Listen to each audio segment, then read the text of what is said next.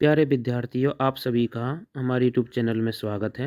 NIOS कक्षा 10वीं विषय हिंदी की पाठ्य पुस्तक जिसमें पाठ 11 सार कैसे लिखें, इस पाठ को आपने अच्छे से समझा। आइए इस पाठ का आपने क्या सीखा पढ़ते हैं। महत्वपूर्ण बिंदु हैं, इन्हें आप भली भांति याद कर लें। सार लेखन में किसी दूसरे के द्वारा लिखी गई विस्तृत बात को उसका मूल भाव सुरक्षित रखते हुए 1/3 शब्दों में प्रस्तुत किया जाता है। यानी कि सार लेखन 1/3 शब्दों में लिखा जाता है, ये याद रखें। सार लेखन की उपयोगिता जीवन के कई क्षेत्रों में है। अखबारों में पृष्ठ पर उपलब्ध स्थान के अनुसार समाचार संपादक समाचारों का सार लेखन करता है। आकाशवाणी, दूरदर्शन में भी चूंकि समय की पाबंदी होती है, इसलिए सार लेखन की जरूरत पड़ती है। लेखों, पुस्तकों का भी सार लेखन किया जाता है। कार्यालयों में पत्रों या फाइलों में सिमटे पूरे पत्राचार का सार लेखन करना पड़ता है। ऐसे और भी कई क्षेत्र हो सकते हैं। अब आपको जो याद रखना है वह है कि सार लेखन के मुख्य चरण ये हैं। सबसे पहले मूल सामग्री को 2-3 बार ध्यान से पढ़ना होगा। उसके बाद मूल बिंदु का आपको चयन करना है। संबंधित बिंदुओं का चयन करना है। मूल और संबंधित बिंदुओं को क्रम देना है और अनावश्यक सामग्री को छोड़ना और 1/3 आकार में सार लेखन।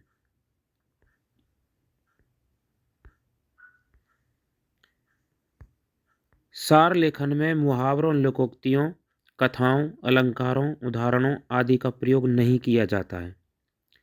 कोई विशेष शैली नहीं अपनाई जाती है। सरकारी पत्रों का सार लिखते समय भी मोटे तौर पर सार लेखन के चरणों का पालन किया जाता है।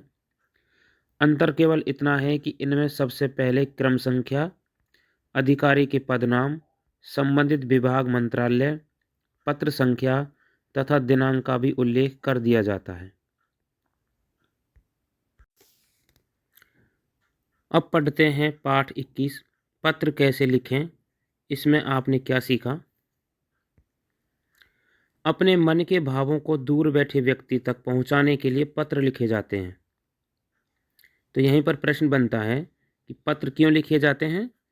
अपने मन के भावों को दूर बैठे व्यक्ति तक पहुंचाने के लिए पत्र लिखे जाते हैं। आजकल तकनीकी और संचार क्रांति आ जाने के कारण कंप्यूटर, इंटरनेट द्वारा भी ई पत्र भेजे जाते हैं। मोबाइल फ़ोन द्वारा बातचीत तो की ही जा सकती है, साथ ही दुनिया के किसी भी कोने में बैठे दूसरे व्यक्ति के मोबाइल फ़ोन पर लिखकर संदेश भी भेजे जा सकते हैं, जिसे SMS कहते हैं।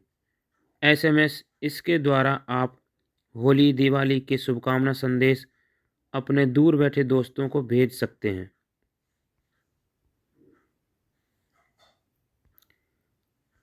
पत्र निम्नलिखित प्रकार के होते हैं, ये आपको ध्यान रखना है कि पत्र कितने प्रकार के होते हैं। यहाँ पर 2 प्रकार के, औपचारिक और अनौपचारिक।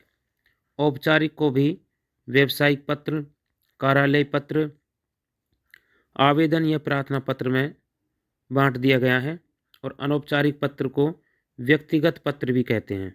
ये आपको ध्यान रखना है कि अनौपचारिक पत्र को व्यक्तिगत पत्र भी कहते हैं और व्यक्तिगत पत्र में बधाई पत्र, धन्यवाद पत्र, शुभकामना पत्र, निमंत्रण पत्र अन्य आते हैं।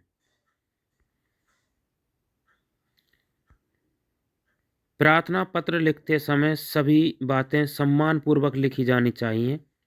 अंत में कृतज्ञता प्रकट करनी चाहिए। औपचारिक पत्रों में विषय स्पष्ट रूप से लिखना आवश्यक होता है। अनौपचारिक पत्र अपनों को प्रेम भरे भावों से स्वाभाविक बातचीत की शैली में लिखे जाते हैं और संबोधन और अभिवादन में शिष्टाचार का पालन करना आवश्यक होता है।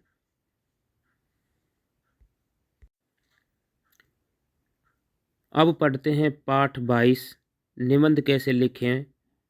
पाठ के अंतर्गत आपने क्या सीखा कि निबंध मुख्यतः 3 प्रकार के होते हैं, वर्णनात्मक, विचारात्मक और भावात्मक।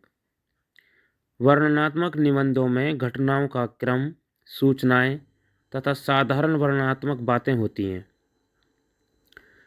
विचारात्मक निबंध। विचारात्मक निबंधों में बुद्धि तत्व की प्रधानता होती है। ये निबंध किसी समस्या पर लिखे जाते हैं। इनमें तर्क दृष्टि रहती है। भावात्मक निबंधों में कल्पना की प्रधानता, भाव की तीव्रता तथा आत्मीयता होती है। ये आपको ध्यान रखना है कि जो भावात्मक निबंध होते हैं उनमें कल्पना की प्रधानता होती है और विचारात्मक निबंधों में बुद्धि तत्व की प्रधानता होती है। तो भावात्मक निबंधों में कल्पना की प्रधानता, भाव की तीव्रता और आत्मीयता होती है।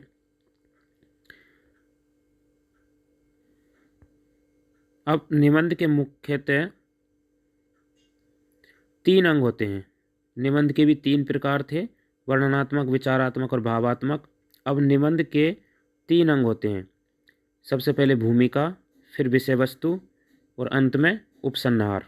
जब भी आप निबंध लिखें तो इनका प्रयोग अवश्य करें, भूमिका, फिर विषय वस्तु और उपसंहार। निबंध लिखने से पूर्व विषय का चयन ध्यानपूर्वक करना चाहिए। निबंध का विषय सुनिश्चित करने के बाद विषय की रूपरेखा बिंदुओं और उपबिंदुओं सहित बनाना आवश्यक है। निबंध में क्रमबद्धता होनी चाहिए, वाक्य छोटे और प्रभावशाली होने चाहिए। निबंध लिखकर दोहराना आवश्यक है। इससे वर्तनी व व्याकरण की बहुत सी अशुद्धियां आप स्वयं ही दूर कर सकते हैं। ये 3 पाठ आपके लेखन के अंतर्गत हैं: सार लेखन, पत्र लेखन और निबंध लेखन। इन्हें आप अच्छी तरीके से याद कर लें और इन्हें अच्छे से तैयार करें। धन्यवाद।